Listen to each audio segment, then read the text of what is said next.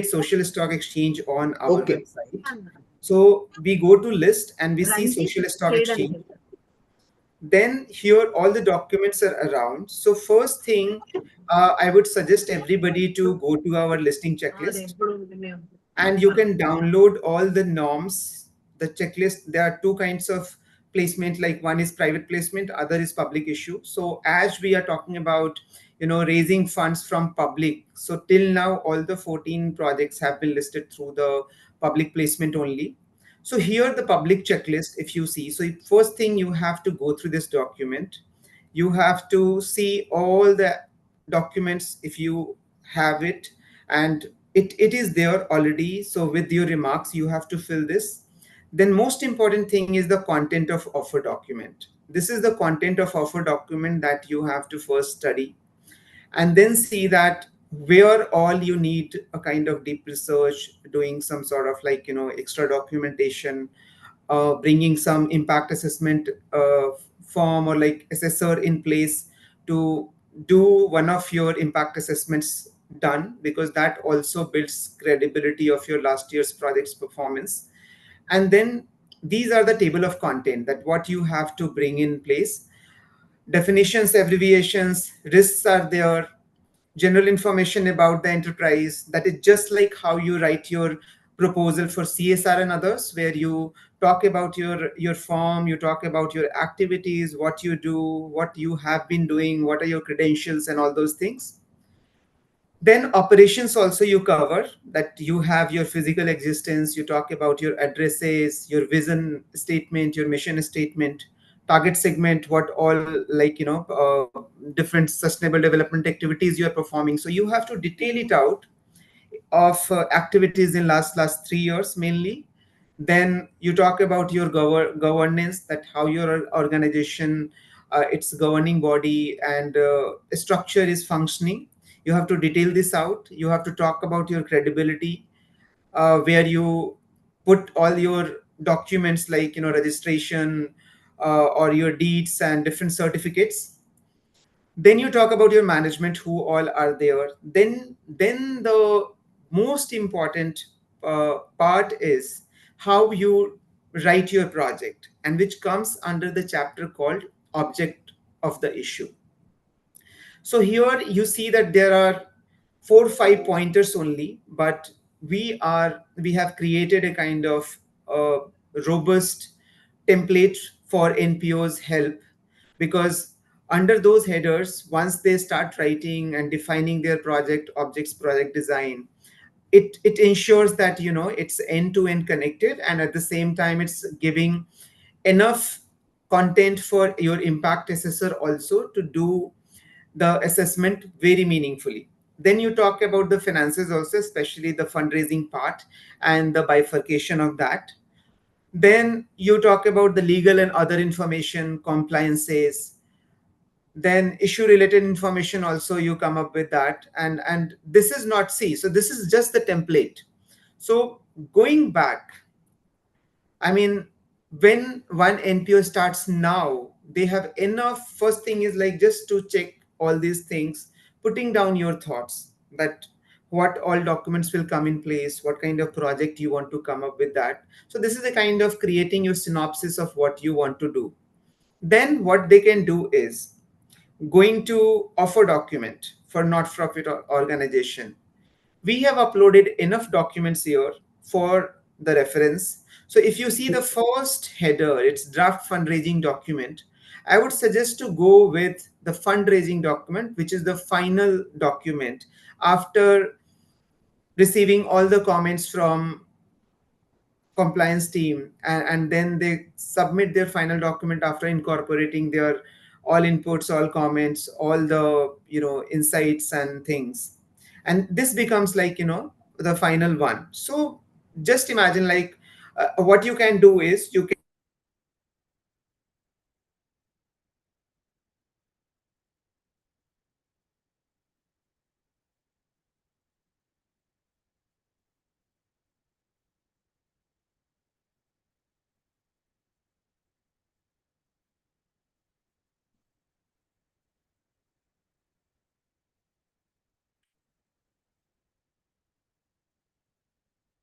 Sir, you are not audible, sir.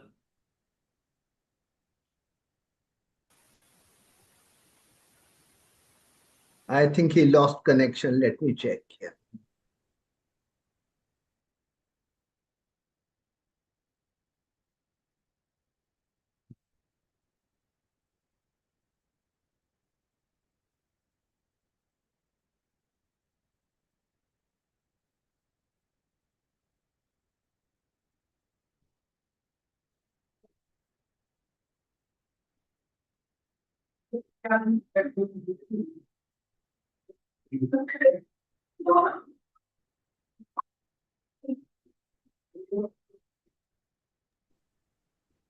He's rejoining. He's joining shortly. Hmm. So I think sir was explaining about the document which is available on the NSC website, the guidelines to prepare the draft fundraising document and the available fundraising documents and the draft fundraising document. That gives the enough reference for us. He has Yes, joined. yes, I have joined. Yeah, please carry. Sure. Yes. So I would suggest that what one NPO can do is, like, once you download one fundraising document, I'm just opening one and you can see how it works.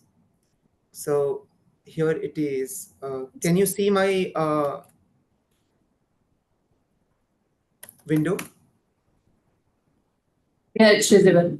Yes. So we go to the fundraising document place, and I'm just taking the last document, which is by Council for Green Revolution. So first thing one NPO can do is, hope this is visible, right? Yes, please. Yes. So here, main information you will find is very common in nature, right? So obviously you have to change the name of NPO, and then, like, you have to uh, write the information accordingly, like when it comes to registered office or other details, right? You know that we need one RTA, we may appoint one advisor also, and you need one statutory auditor. So first thing is just to convert this in the word, and then see that, start highlighting that where all you need to populate your information. So everything is here, like, and maybe like you can create a kind of separate document which will have all these headers and table of contents, so that you can create. And based on, see, if you see these general terms, and if you see all the abbreviations and everything that also is being talked in the checklist document, most of the things are already coming from this place only. So first thing is to study and highlight where you need to replace the information by your information. That is one. Second is, if you see all the headers, it is here. But most important part I want to talk about, because we have just a 1 hour call on this, is project object of the issue.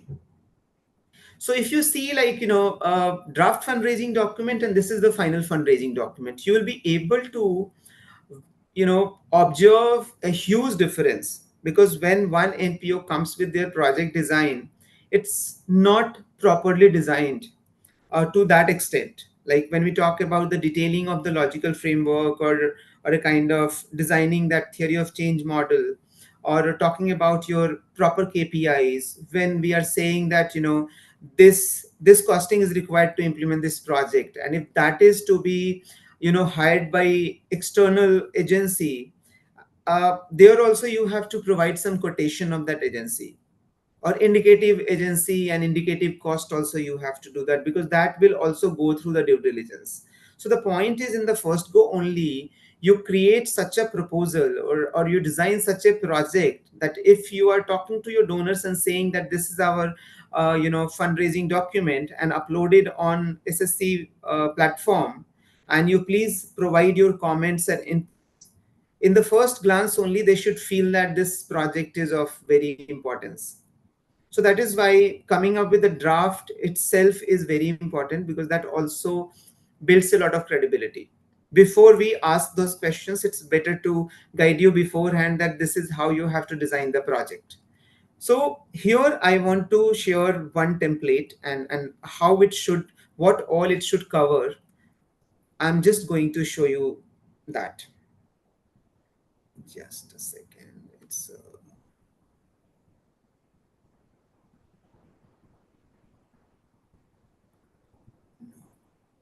yeah, so we have created, so maybe you are able to see this. We are just in the process of finalizing this. However, a smaller version of this is already there in place that we share with NPOs while they are designing their project. So most important thing is like, how you are creating a sort of synopsis with its project rationale and objective, where you create some sort of like, data-based rational building, where you say that this is the baseline, this is the problem statement, and this is what we are trying to solve.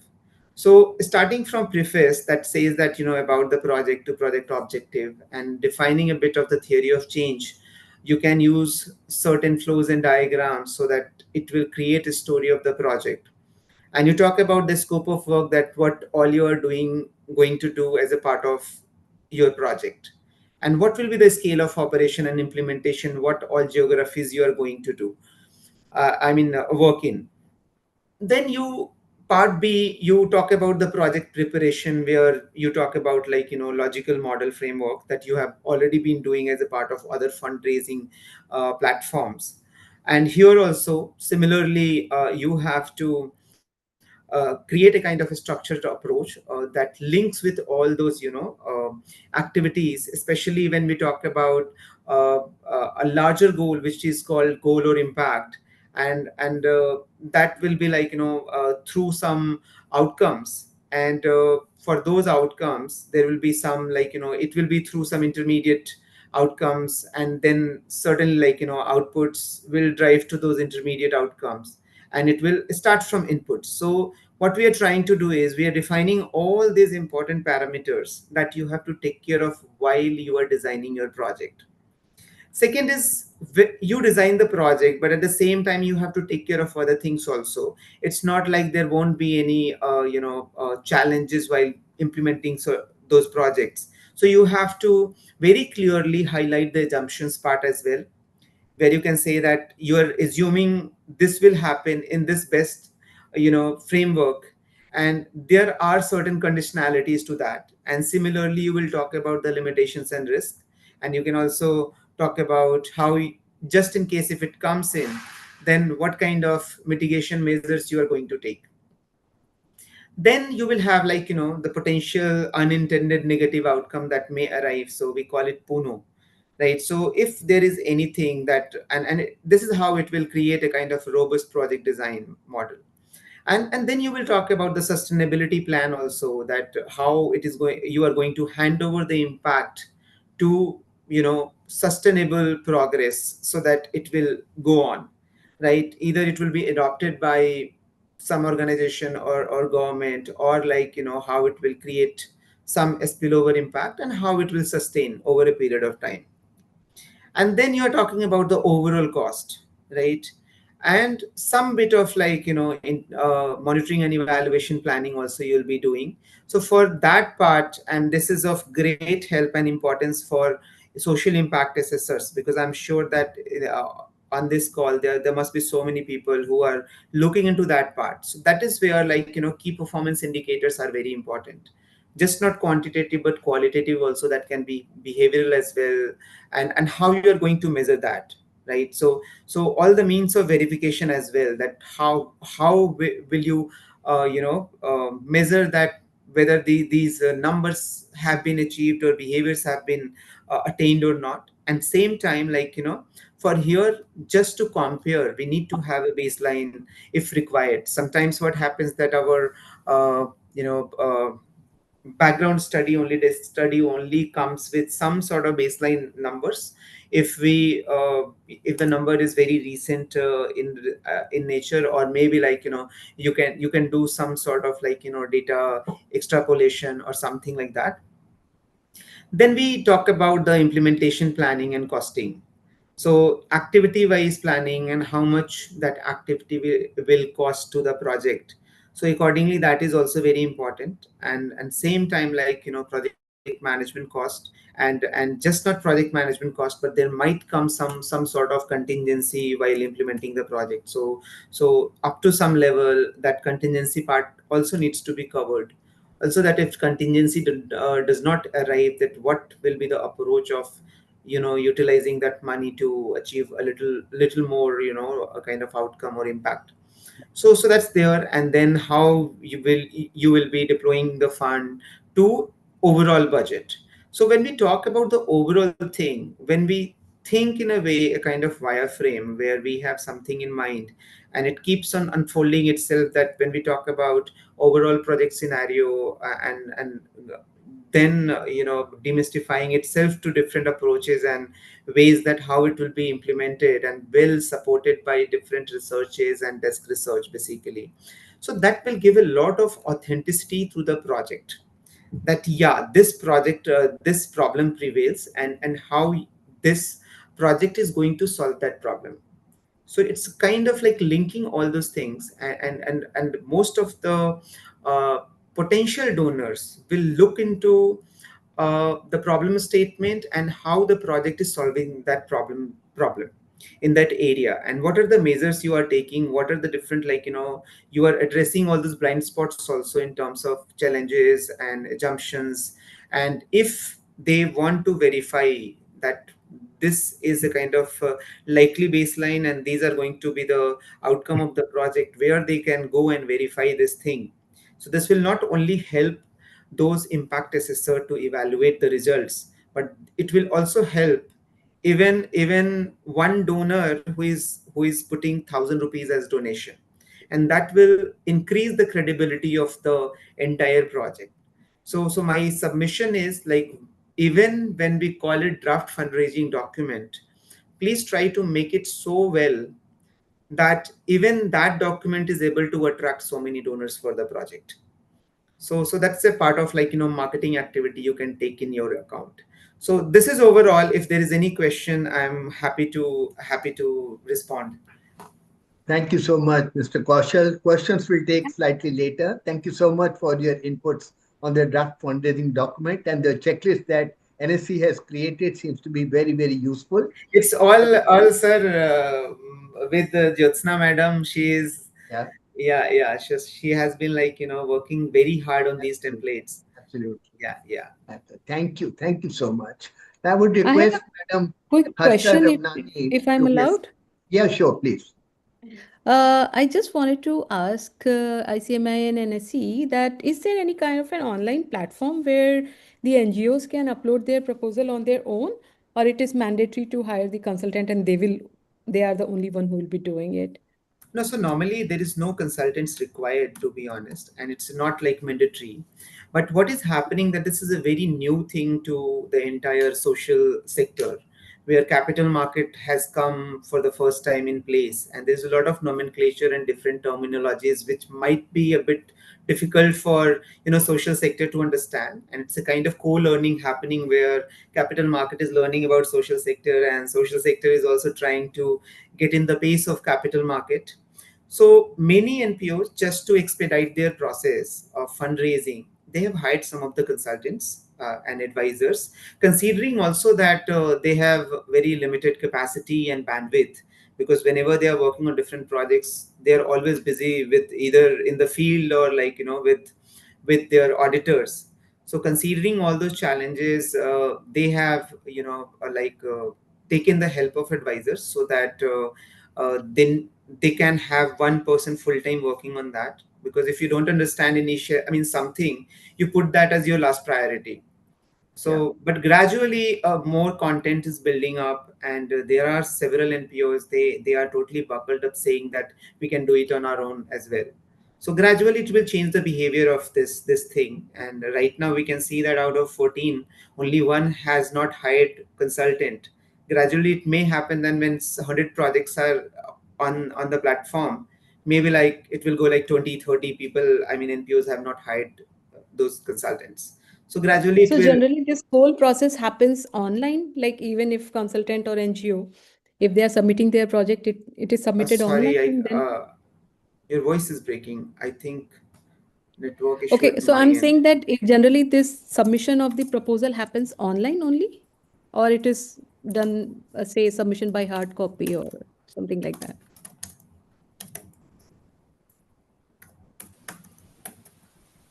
I think we have. Hello.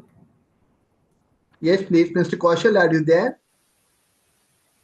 Well, the question what Madam was trying to ask is whether the submission of proposal is only through online or after filling all the documents, any hard copy along with supportings are required to be submitted. Is my question correct, Madam? Yes, please. Absolutely. Yeah, Absolutely. that's correct. Yeah, that's correct. Yeah. Sorry, I just got lost. I think, yeah, his connection is not stable. Yeah. I think we are unable to hear him. Yeah. But nonetheless, I have another event as I requested to. So I know, but there's one small question here. Are all the documents required to be submitted online only, or physical copies also oh required? yes. So right now we do not have any online platform. Online portal is only for registration. But for listing, you will have to email those documents and checklist with us. Yeah, Okay. but obviously in future we are in.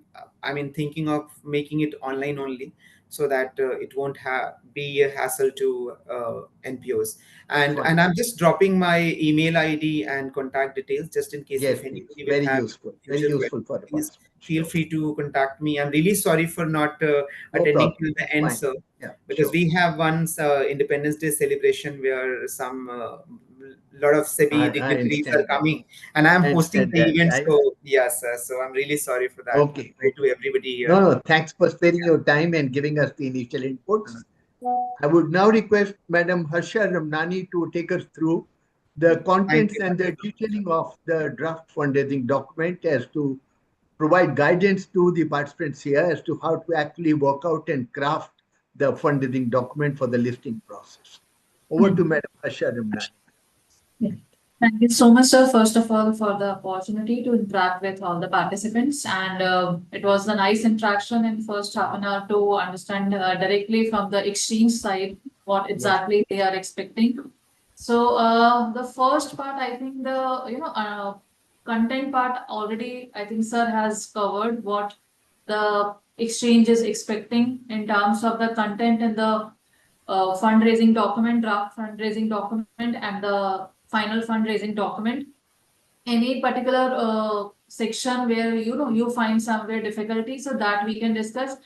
What I'm right now going to do that one specific document we are going to discuss in detail, and then we can understand exactly what exchange is expecting from us as a NPO, in terms of when we are going for the listing purpose of the exchange, what details they are expecting in a fundraising document and a draft fundraising document. I must say, and I think Gupta sir also agree with me, or maybe he also can share his views on that. That last meeting of the SEBI make it lucrative more in terms of having a more listing from a NPO side, where more relaxations for the NPOs, making it wider norms in terms of including more NGOs definitions, the ZCZP relaxation in terms of 1,000. ఇది రెండు కప్పులా ఒకట Uh, రెండు I కప్పులా request ఒక కప్ప Kindly mute yourself, Mr. Prabhakar. నేను చేసుకుంటే వదిలేసి దండ పెట్టిన తర్వాత తీసుకుంటా uh, I think the admin can yeah, have overriding authority. no problem, sir. Fine. And thank you. making a list of eligible list of activities in line with the CSR activities. All these things are making it more easy for the NPOs, NGOs to understand how SEBI is looking forward to the NPO side. Also, when they are saying that now after the registration within 2 years we need to have a listing plan, so that is also I see as a welcoming move, because then whosoever as a NGO, NPO is coming on the exchange, they most probably always have a listing part in their mind, that we should have something in mind that in next 2 years we need to have listing from a exchange platform. So I'll just share one document now. Just a minute.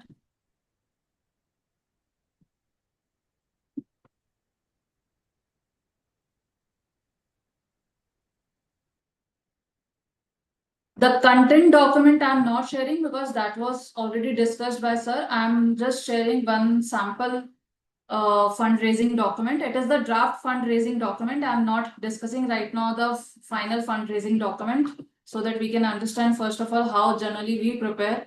It is for one of the NGO. So I think you can again correlate with respect to that how first page generally we see whenever you open any of the document for the fundraising or the draft fundraising, this is the first page generally you find as a similar one where the lifetime trustees detail, journal risk, issuer absolute responsibility, coupon rate, coupon payment frequency, redemption dates, redemption amount, credit rating, listing, public comments. The section specific details you will find on a first page. The registrar of the issuers, advisor to the issuers, and the statutory auditors. These details commonly we find on a first page.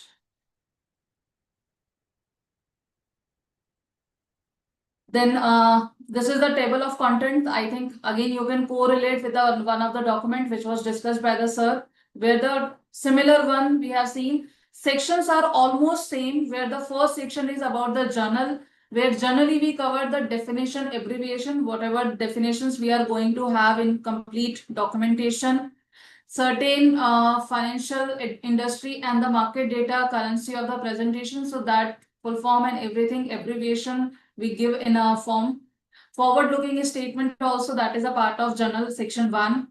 Then in section 2, which is the very important for us, it is the risk factor that we need to draft when we are preparing for the fundraising document. How generally we prepare this risk factor document, that we discussed once we start discussing the section 2 part.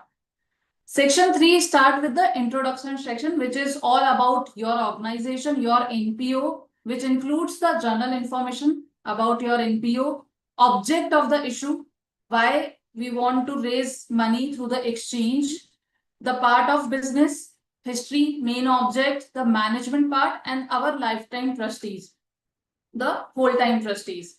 Section 4 includes the financial statement. So as we all know that for registration purpose and listing, we always, any NPO, NGO should have a 3 years of the credential or a history. So 3 years financial informations that we need to make a part of draft fundraising document, and any material development that generally we make a part of financial statements.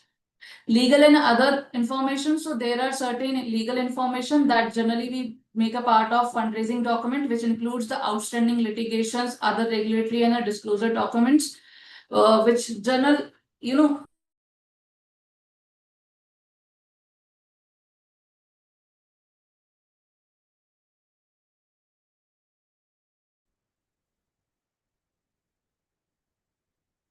Yeah, sorry for the interruption. So the legal and the other information part includes the regulatory part, where we show in terms of like as a NPO, as a social enterprises, we are regular in terms of all the compliances, all the statutory obligations. There is no litigation which is pending on our part. Section 6 is about issues related to the informations, which is all about ZEPSI, ZP or any other instrument by which we are going to have, to raise money. So whatever instrument we are going to use here for the purpose of raising money, that issue structure, terms of the issues, and the issue procedures, we make information in a section 6. Then certain key provisions of the trust deed. And last one is the material contracts that we make as a part of this fundraising documents, which includes the declaration section. So I'll just start with section 1, which includes the journal. So here it's a common one where generally we includes with the journal terms like whatever, abbreviation which requires to understand that we make a part of this section, details about statutory auditors, board, and other things, industry related terms, all these things we include here. Any other issues related terms. So there are certain, abbreviations in terms of financial vocabulary, we can say, or a statutory vocabulary. So that vocabulary we try to make here descriptive terms like what is the meaning of allotment advice, what is the meaning of here allottees, what is the meaning of application. So all these description we make here so that whosoever is referring this draft fundraising document or a fundraising document can make it easy for them understand what we wanted to convey in terms of fundraising part.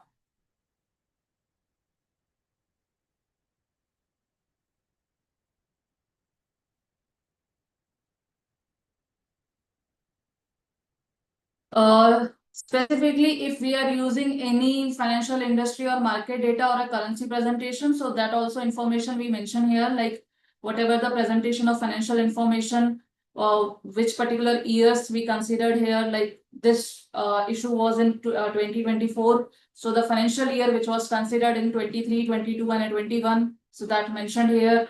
Other specific currency, unit currency. So many times we use INR, many times we use RS, many times we use the currency mark, so that we need to mention very specifically what type of the mark we are using in the complete document. All these things we need to make it very clear. Sometimes we use lakhs as LAKHS, sometimes we write it LACS.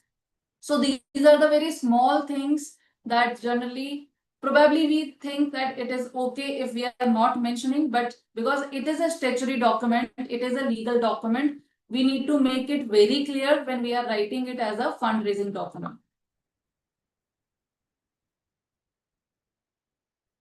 The general risk, which here we need to mention with respect to, like, this was a ZCZP instrument. So that general risk was need to mention, like, it is a one-time investment. Investor should not invest any fund. Whatever you think that in terms of instrument you need to mention as a risk factor, that risk you need to mention here.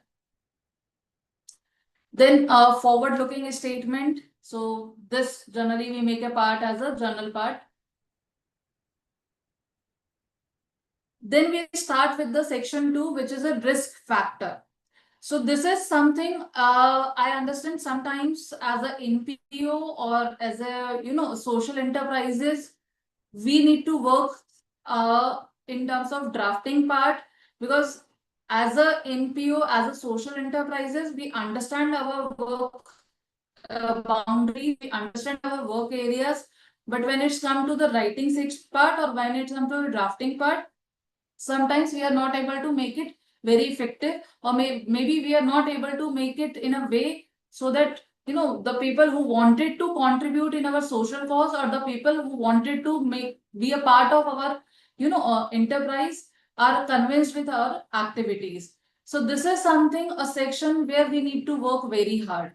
So this is a risk factor which you need to work when you are preparing your draft fundraising document, where the internal risk factors which you find as your organization, like as an organization, as a non-profit organization, what exactly you see, if this is something not happened, that what will happen next. So for this particular organization, what was as an internal risk factor, it was mentioned like, as a non-profit organization, a reduction or discontinuation in the donation or grant we receive may have an adverse impact on the operation of our trust. This is the common problem every social enterprises or every NPO always have. So as a normal internal risk factor, this we always have, right? Then next can be, we may be subject to workforce challenges in a remote areas where specialized training is crucial, and a departure of a skilled consultant could impact our operations, requiring time-intensive recruitment and a training efforts. This is one more risk factor that this organization was carrying. Then we may face challenges due to inherent operational risk, compounding by the potential inability to detect and deter the volunteer misconduct, posing the threat to our brand, reputation, and the legal standing. So if you can just recall, the sir was mentioning about PONO, potential unintended risk factor part. This is something just we need to understand first of all our organization, and accordingly we need to start drafting all the risk factor.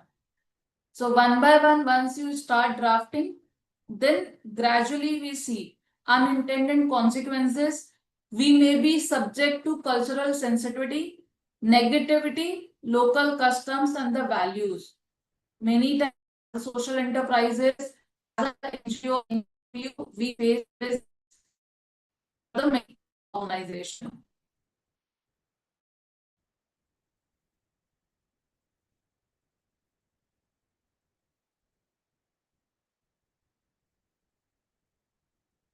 We may be subject to the environmental impact, sustainable project, the natural challenges. We may be subject to the social inequality. So there are various, impact consequences that can be drafted for the fundraising document. So this is a detailed one which generally we need to give a time, effort.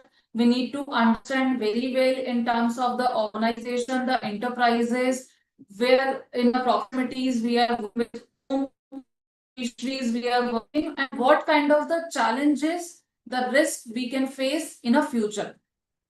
The external risk factors. So what can be the external risk factors? The object of the issue have not been appraised by any bank or the financial institution.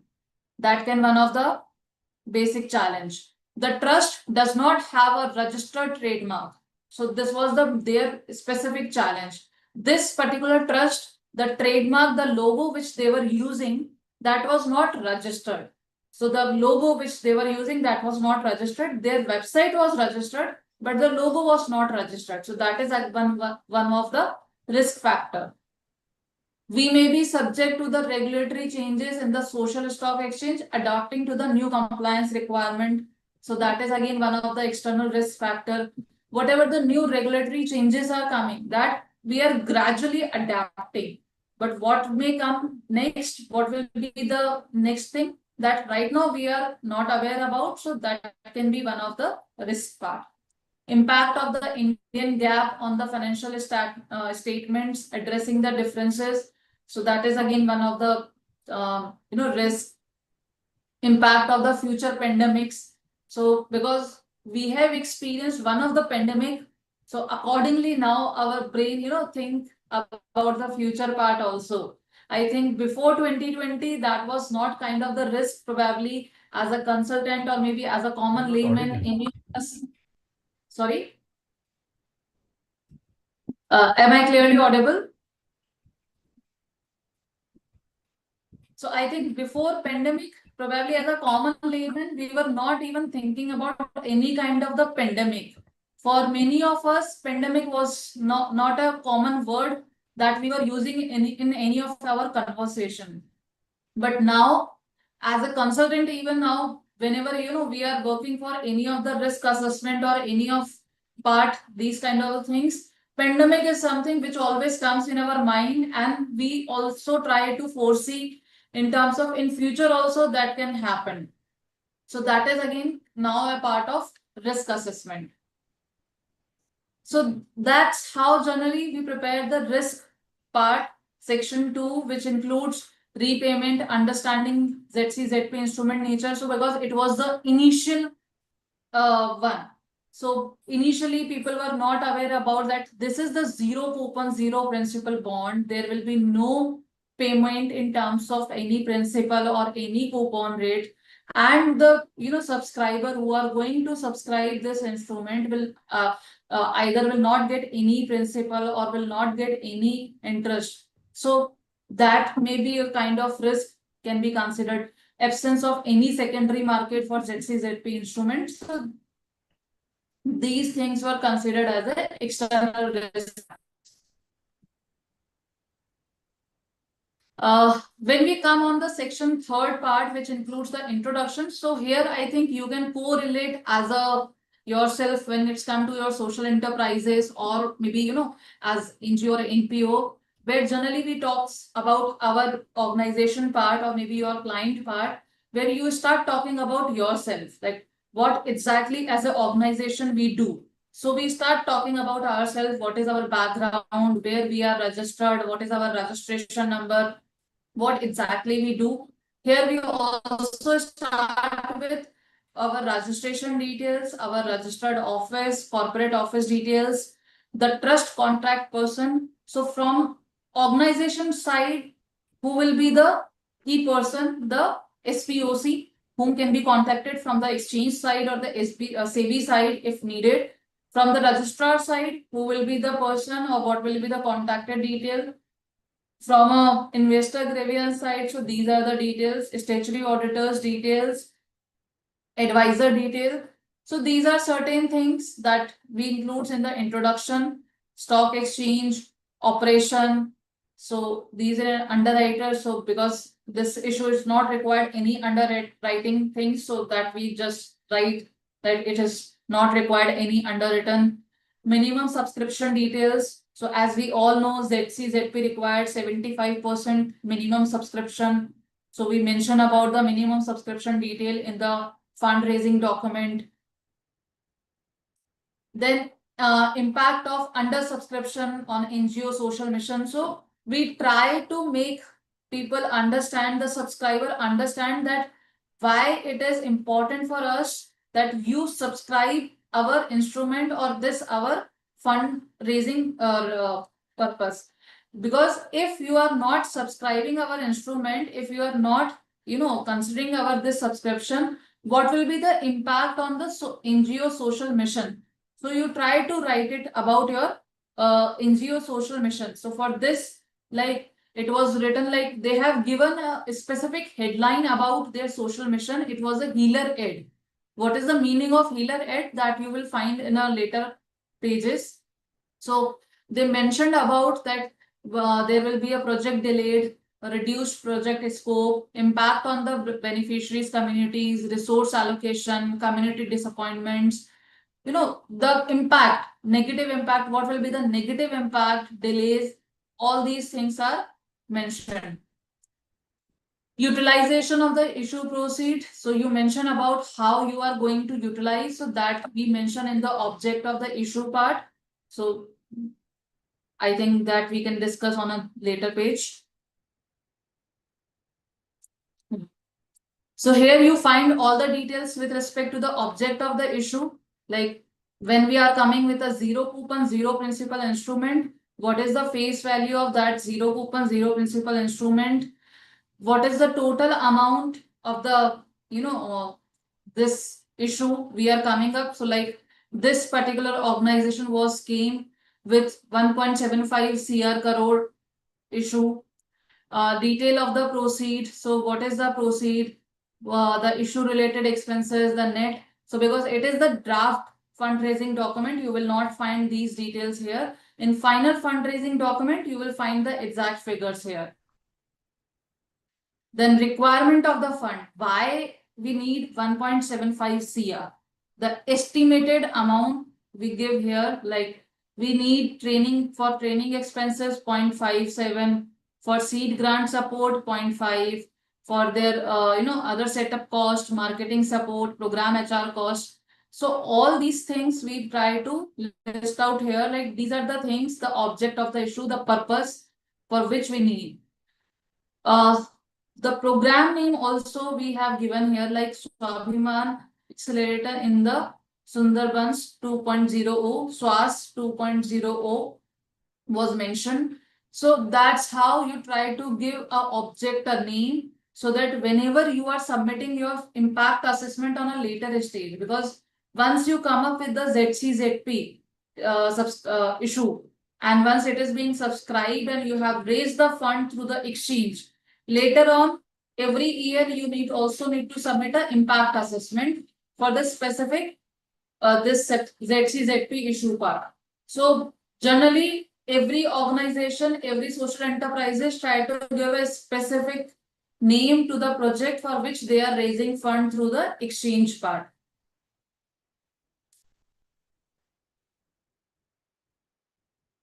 Then impact of SWAS pilot project executed in past. So this is the most important, like what is the impact which was seen in the past from the executed.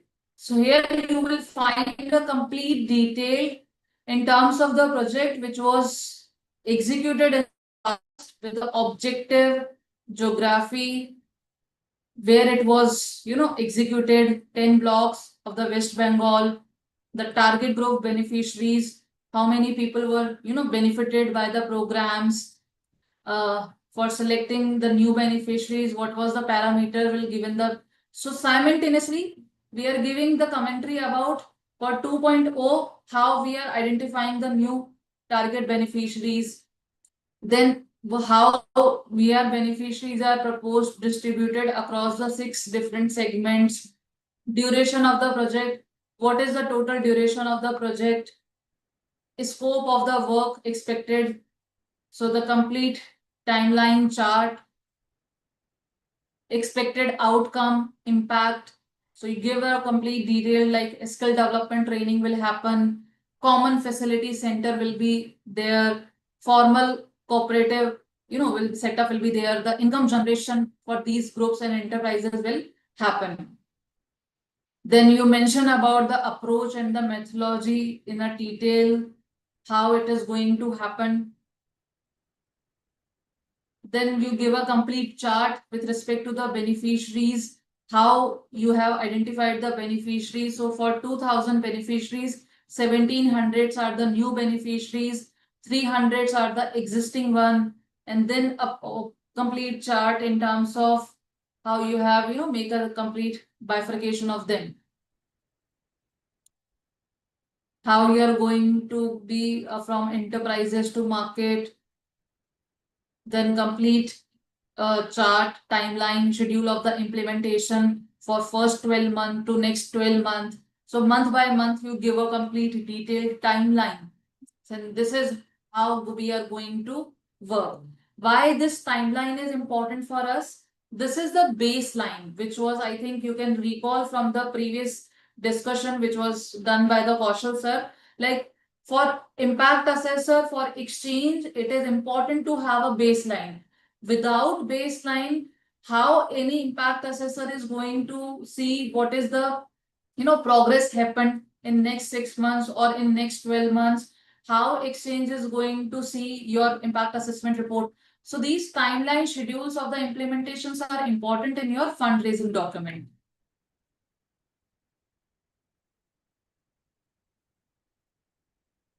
Then deployment of fund, how you are going to deploy the fund, the detailed part in year 1, year 2, complete. So you can see how detailed it is.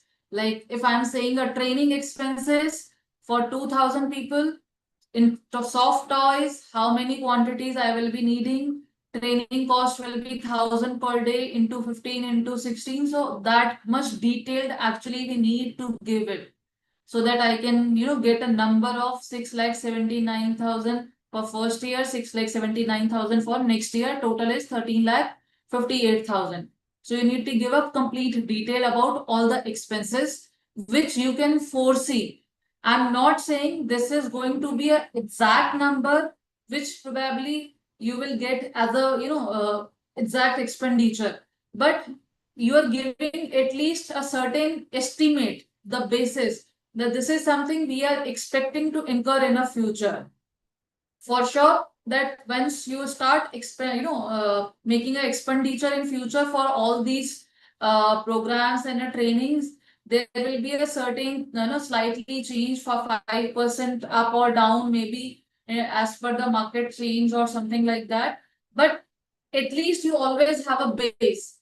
It is not going to be a case that if I'm saying my expenditure of soft toys is, I have given the baseline of 13,58,000, and later on once I'm submitting the actual number, it will be the 20 lakh. That is not going to be a case. It will be either 14 lakhs or maybe a 13 lakhs. This is something will be a overall my boundaries for the particular expenditure.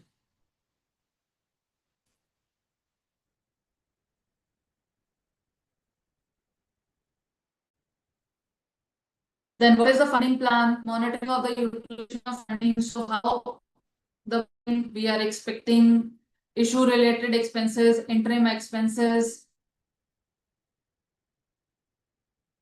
All these details we make it here. When it's come to our business part, so as an organization, what we do, we try to mention here, like what is the overview or as a non-profit organization we are having. So this is something you can always mention about who is your leadership, trust, by whom it was founded, where the person is residing, where, the base station, challenges faced by the target communities, what is the mission statement. So now you can see the healer aid. What is the meaning of healer aid they were having? So how the word they got as a healer aid? It means health, education, agriculture, livelihood, environmental rights and special needs, awareness, integrated development, and disaster recovery, irrespective of caste, creed, and age and gender. That's how they got a word healer aid. Very good. We can keep it on our memory. Then values, what is the organization exactly? What was their early years, where they were working? Initial focus was what? So initially they were focused on the education, on the livelihood programs. Then redefining future. Then later on, they started making more it nation building and empowerment. Alignment of the program, healer to the society. So later on, they got it like we started working as a health, education, agriculture. So symbolize the healer. Then they additionally add the word add also. So complete history about the organization. So we need to make it a more elaborative, detailed as much as we can. Complete detail how in COVID-19 pandemic they worked.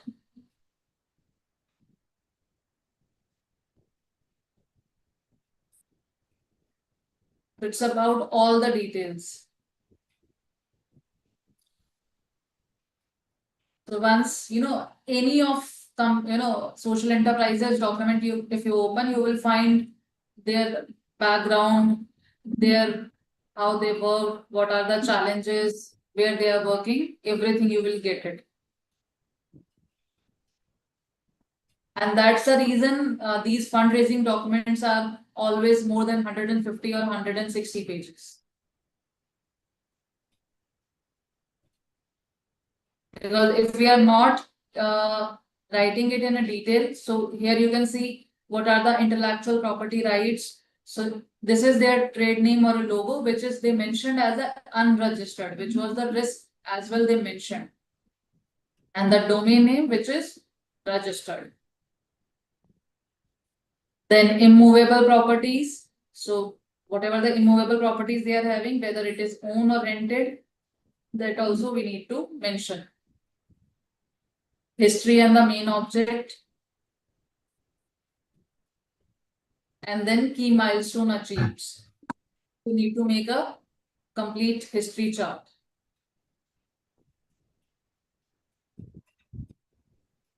Then about your management, board of trustees, the governing body.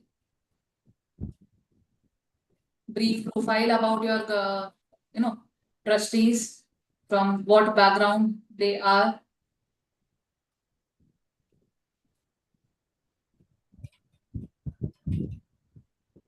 Their interest, their remuneration, date of appointment, reason of any change or an appointment if it is. Then the meetings between, when you are submitting your fundraising document. So for that period, at least you need to give a details of your meetings, how many meetings happened in that meetings, what was the discussion which was happened, and what are the key items that was covered in a meeting. Roles and responsibilities of the staff and the volunteers. So that also we need to mention in the document in detail. You can also give a complete hierarchy or a chart, organization chart.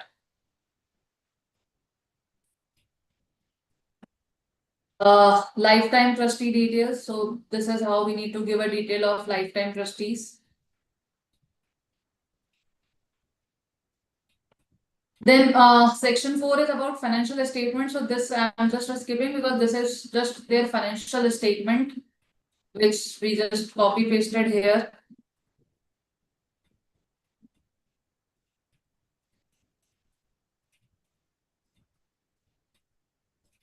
So this, I think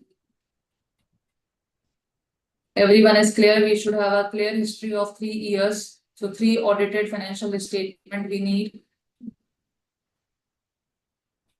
And then material development. So just we need to mention if there is any material development in terms of which has an implication of the operation of trust or the organization, which may affect the issue or the subscription which you are coming up. If it is, there is no material implication or there is no material event, so just we need to mention that there is no material development.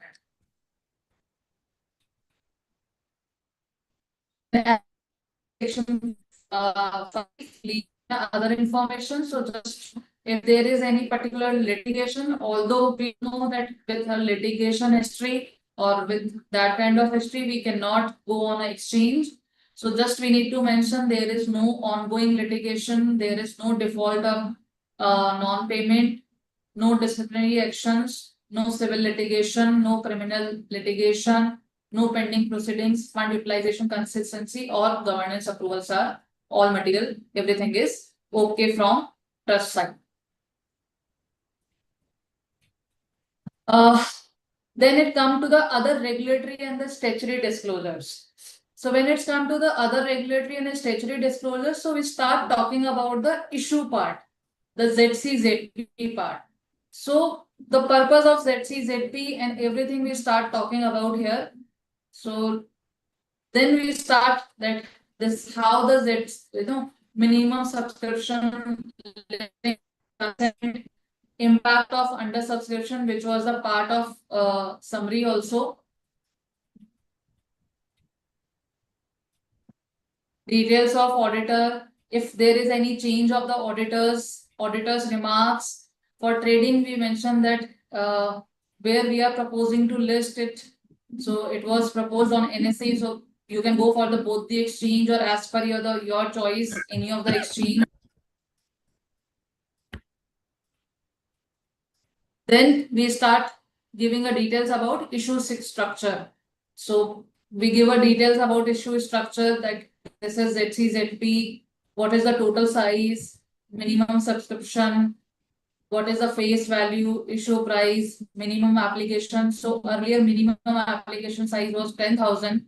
Now it is being proposed to reduce to 1,000. So now we will gradually see 1,000 application will also be, eligible to get it from a donor side. Mode of payments, open date, closing date, all these things.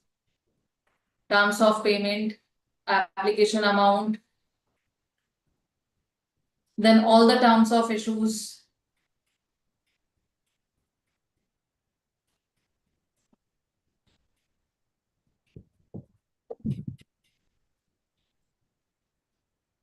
Then issue procedure, what will be the procedure? Who can apply?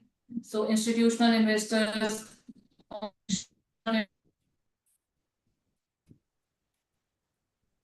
All the categories we generally mention here.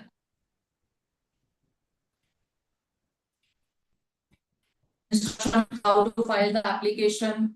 So complete details of the instruction.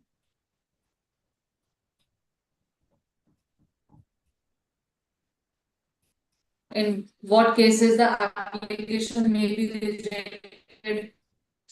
All these which I mentioned. The trust deed of the organization, so that before subscribing, person can go with the bylaws also. Material contracts, documents of the inspections.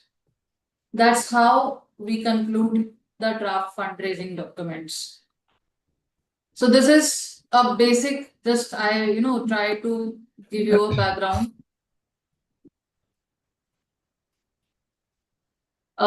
Any query from any of the participant or anything you may start, you may ask, or maybe we can discuss in detail now. It takes a long time to make a draft papers. Sir, yes, it takes a time, and reason sometimes there are certain information which, if I'm not directly social enterprises or NPO, I need to ask them. Because as a consultant, I need to understand first of all them and I need to ask them. Accordingly, I draft, then I send it back to them. Once they approve, then we incorporate in the draft fundraising document. So in to and fro also, it takes time. So, did you help Mukti Trust to make this draft? So few of the listing we have helped for the purpose of NSE and BSC both. This is one of them. Yes.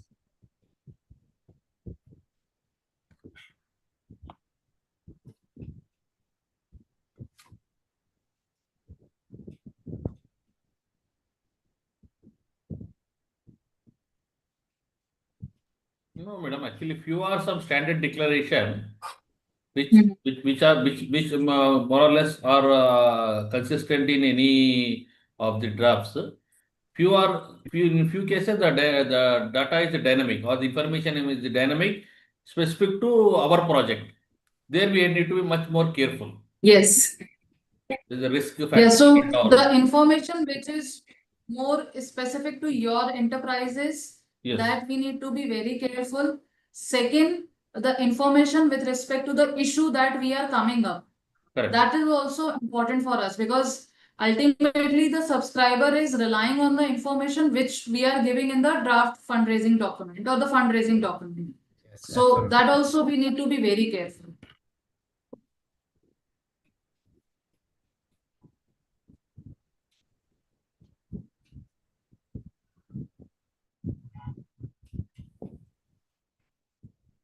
Can we have this draft raising document from the site?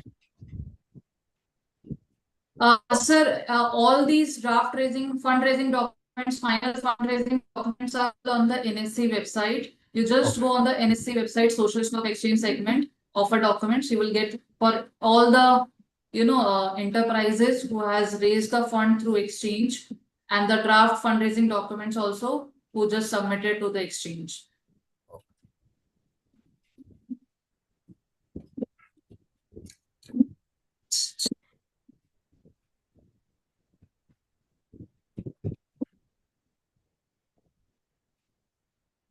And more somewhere try to link your enterprises with the social impact, with the SDG goals.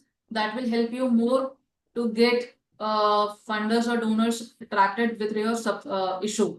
Because ultimately, we need to somewhere make them understand how we are working for the particular social cause. That is somewhere we need to make them understand. Yes.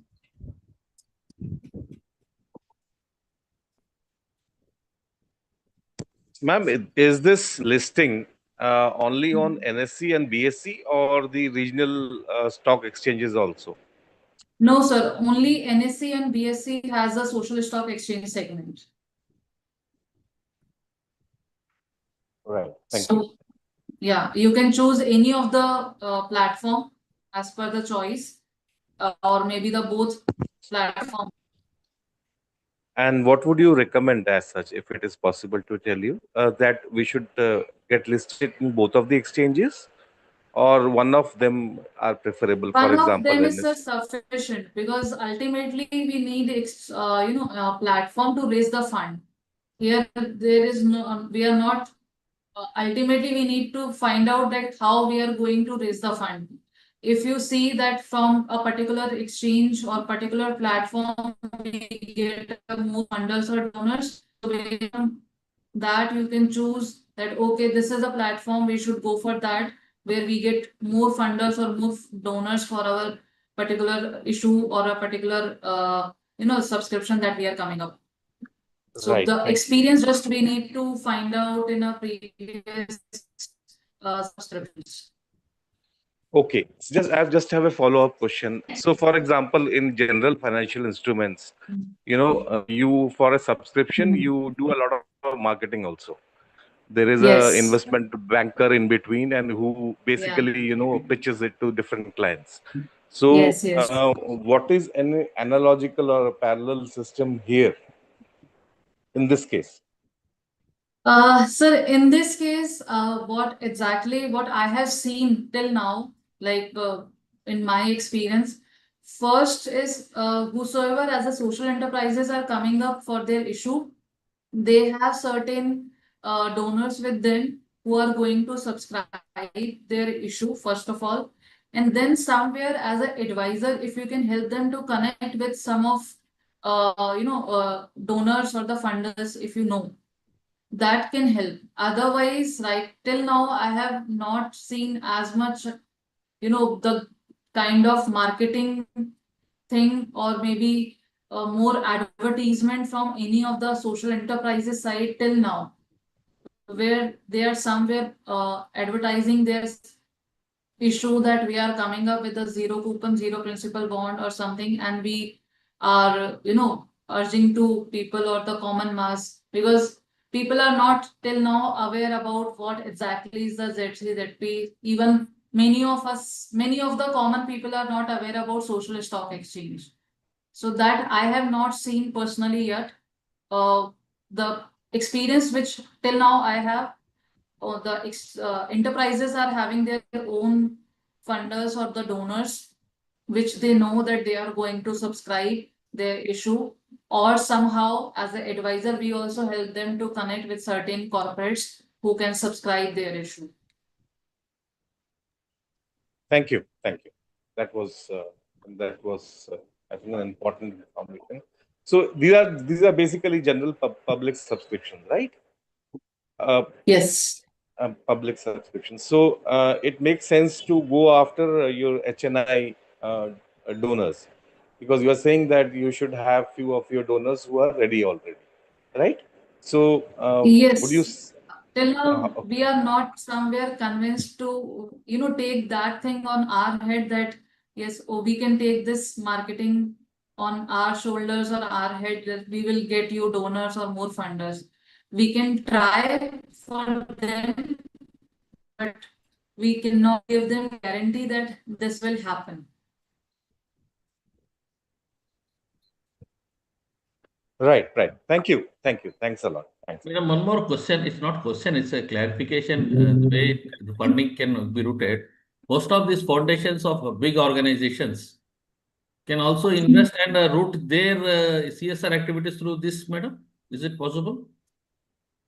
No, sir. I don't think so that CSR funds can be routed here, because ultimately CSR, it's not, CSR funds are not then eligible to get considered as a expense in the financial. Okay. So that is somewhere a hurdle right now for us. Yeah. Okay. মানে একটু ব্যস্ত আছি হ্যাঁ বলো আচ্ছা Madam, one more question. Hello, madam. Yes, ma'am, please. Yes, ma'am. Madam, we were told that there is an initial amount that has to be deposited around 4 lakhs or something. Is it still there, or have you reduced the amount that has to be paid?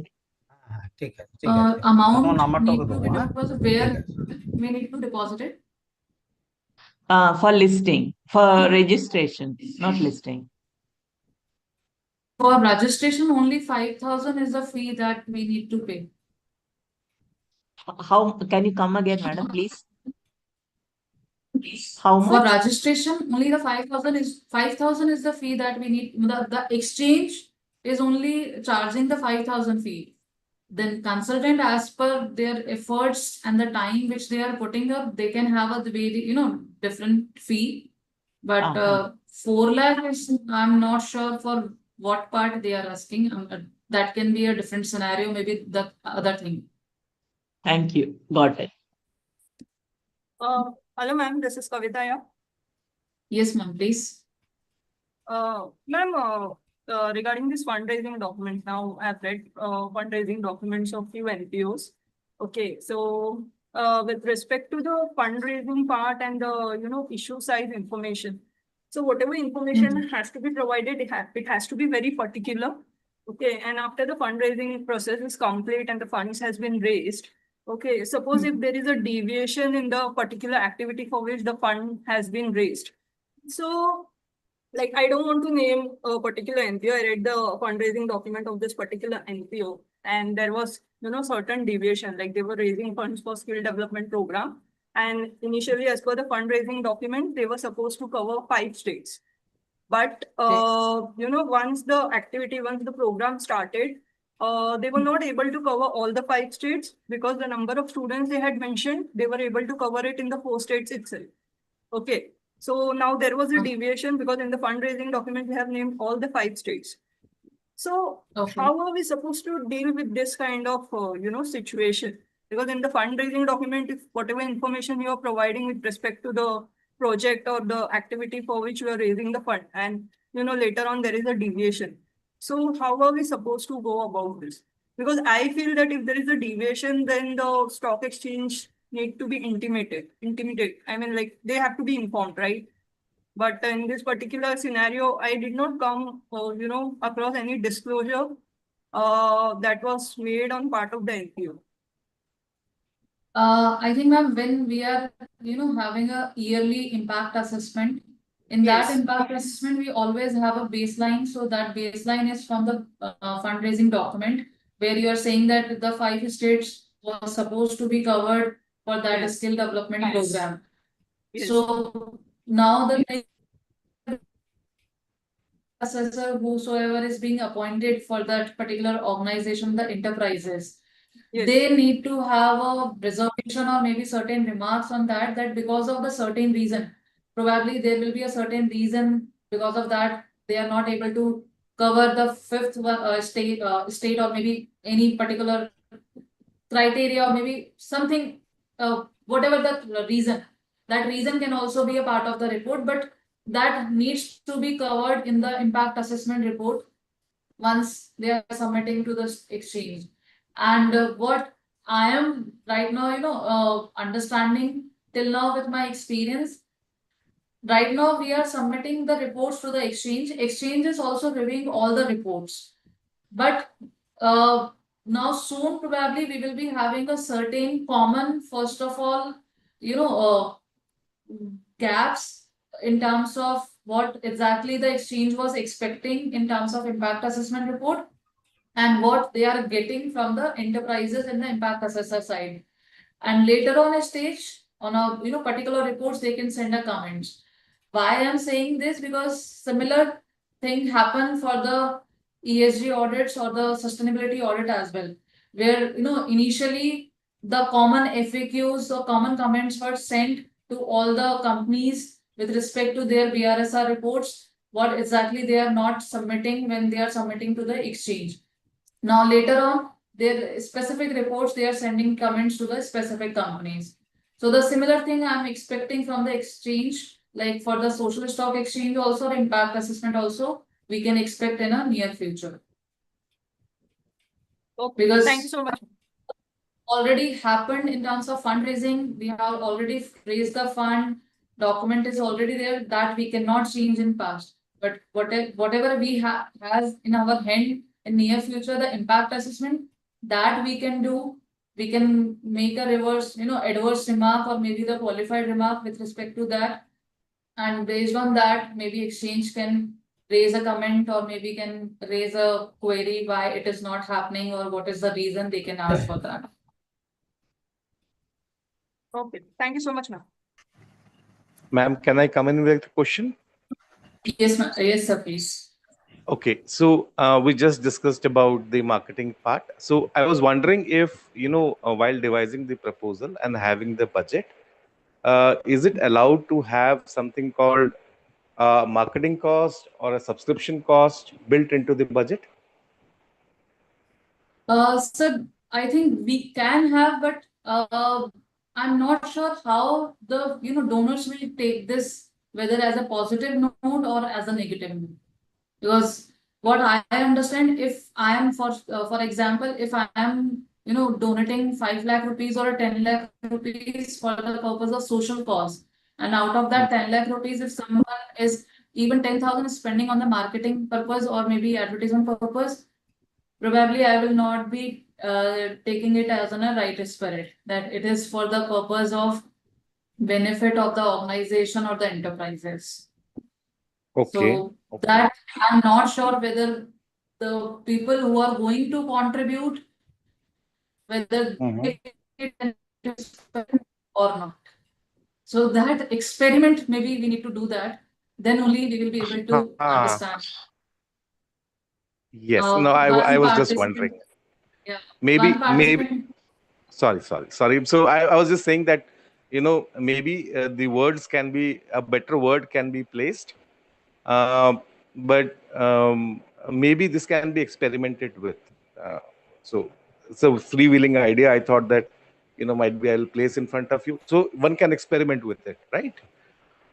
Yeah, and one participant just mentioned that no marketing cost entertain for fundraising as a part of cost. So that maybe he can more elaborate if Come in he has again, more please. idea. Come in again, There please. is I one can. comment in a chat box that no marketing cost entertain for the fundraising as a part of cost.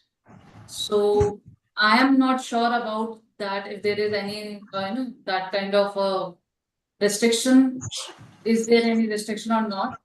If sir has any clarity about that, so maybe he can enlighten us on that part. Ramanaji, this is Suresh. Am I audible? Yes, sir, please.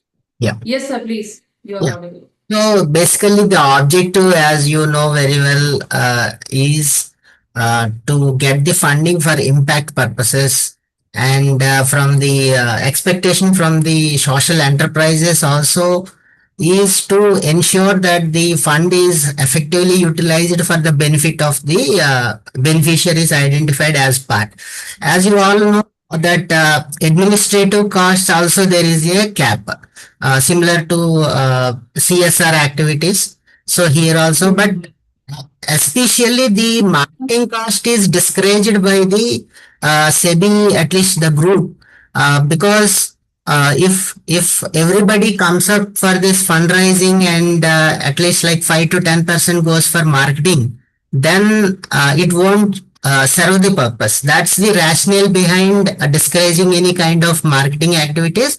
That's why it is the capability of that NGO or the NPO before coming up that for that fundraising document to have such arrangement for the pooling of the resources. Okay. Thank you, sir. Thank you for the update. Thank you, sir. Just a quick follow-up question. Is it explicitly mentioned or these are deductions? No, it will be explicitly mentioned, sir. But if you go through the guidelines, definitely you will have the sense of what kind of expenditures will be allowed, and you can see from the existing fundraising documents also the what will be allowed and what kind of expenditures as part of administration of fundraising you can know. Right, sir. Thank you. Thank you. Thank you.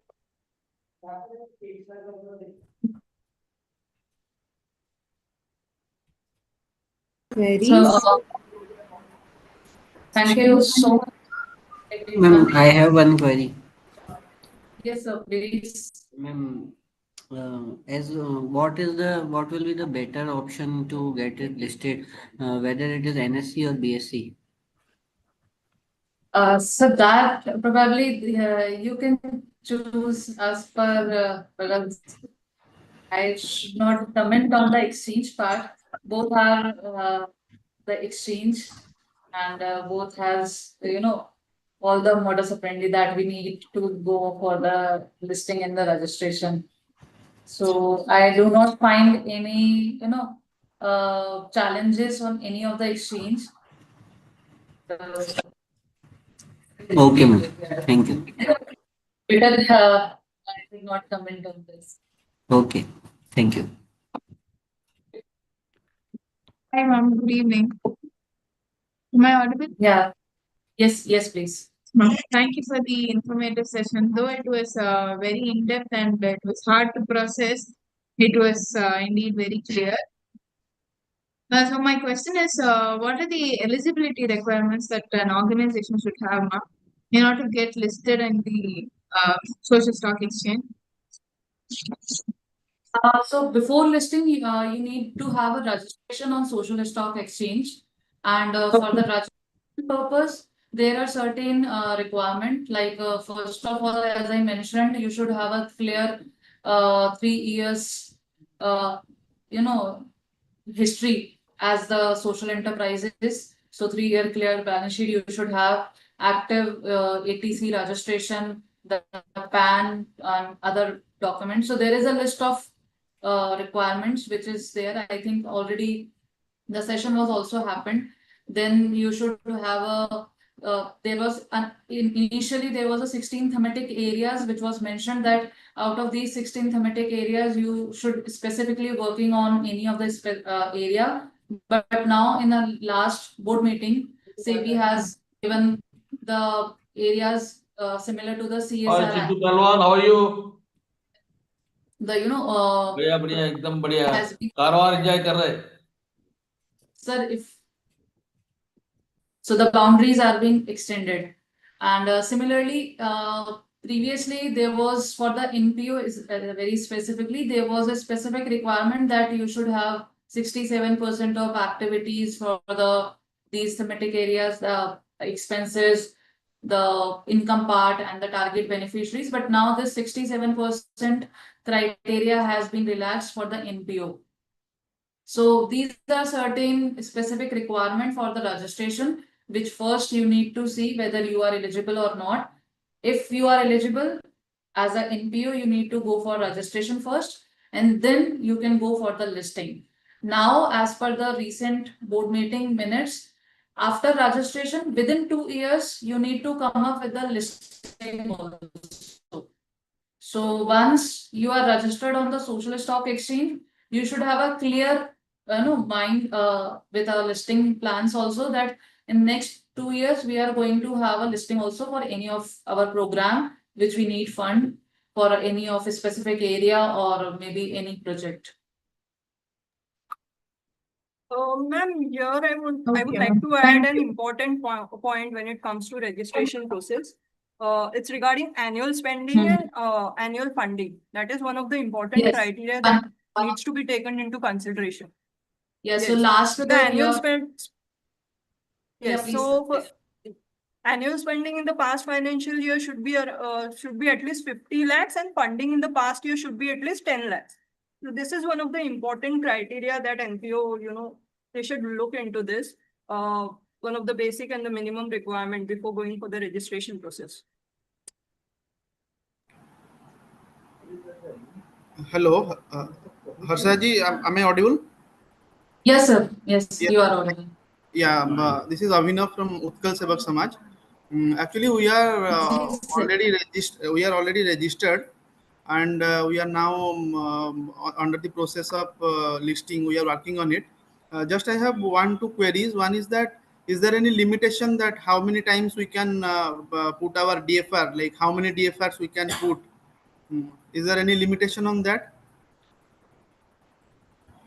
So, sir, you will submit your one draft fundraising document, and on that fundraising document, you will get a comment from the exchange side. And based on that comment, you will submit them to again the next version that you need to incorporate. And once that until that is not finalized, we cannot have another. Yes. So we generally what we try to make as much as clear one so that we don't have more queries from the exchange side. Still, obviously, it's not possible that you can have everything whatever exchange needed in terms of, because the checklist which sir was showing generally whenever you always have an intent to have listing on exchange, they share the checklist that this is something we are expecting in the draft fundraising document. So we try to make it as much as detailed what they are expecting. Whenever we are submitting the document, they give the comments that this is something more detailed we are expecting, or this is something more we are expecting as a comment. That comment you incorporate and you submit the version to the exchange. And once they are okay, they are satisfied with the version, then you submit the final version with them. Okay, got it. And another thing is that is there any amount like the limitation of looking at our past turnovers or something? Is there any amount limitation on which you can means the fund amount which we can give the proposal. So Oh, that Kavita ma'am mentioned about for registration that this is the mandatory requirement for the registration. I hope because you said ki you are already registered on the exchange. So that threshold, I think you are maintaining. no, I am asking that in the DFR fundraising document, whatever proposal we will give, for an example, if you have a past annual turnover of 2 CR, so can we have a proposal up to 2 CR, or is there anything certain limitation or ceiling of that amount in the DFR? Sir, I'm not able to get your query in terms of what exactly. I think there is no such restriction. Yeah. But if you want, you can, confirm regarding this with NSE compliance team. They will be in a better position to answer that, because in the guidelines, in the SEBI guidelines and, in NSE and BSE guidelines, they have not mentioned any, particular limit for fundraising as far as the fundraising amount is concerned, based on the turnover or whatever funding the NPO has received in the past financial year. So maybe NSE compliance team or BSE compliance team will be able to, answer for this. They will be able to guide you better. As a consultant, I have not come across any specific limit in the SEBI, SEDR guidelines and, NSE and BSE guidelines. So they are in a better position. NSE and BSE are in a better position to answer, to guide you for this. Okay, ma'am. Okay. Thank you so much.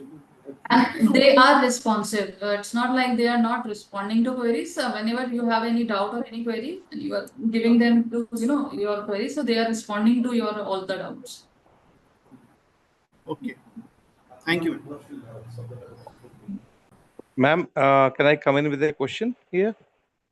Yes, sir, please. Acha, what is the subscription shelf life? So what is the time period for a subscription to either fail or succeed? Is there any time limit, or it remains open till it is subscribed?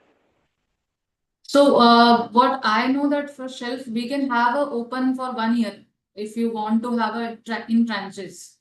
So that option is also available with us. Okay. If okay. you want Thank to you. have, in tranches, the subscription, so that option is available with us. Otherwise, we need to clearly mention in the document that for how many days the option, the subscription is open. Okay. And we can't have multiple releases of subscription. As I understood from the first question, the question just before. So you can have only one, fundraising document live at a particular point in a year. Say, for example, I take the maximum time, which is 1 year for subscription.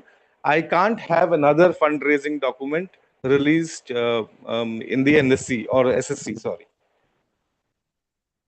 So for different project, I think you can again come up with a different ZC, ZP instrument or maybe another instrument if you want.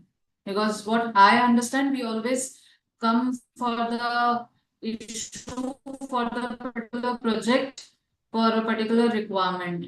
So if, for example, I have, I raised fund for a specific project with one draft fundraising document. For another project, I can again come up with another draft fundraising document. If I'm not wrong, although I have not tried it personally or I'm personally not experienced it, but what I understand, it most probably that is possible. It also seems to be reasonable. So for one project, only one draft document should be lying with them. When it will be cleared, then another proposal may. Yeah. Ma'am, I think here the thematic area has to be different. You're raising funds. The activity from the thematic area has to be two different thematic areas. If you're raising fundraising simultaneously. Yeah, for the different thematic yes, area. This is my understanding. Yeah. Right. So for one project,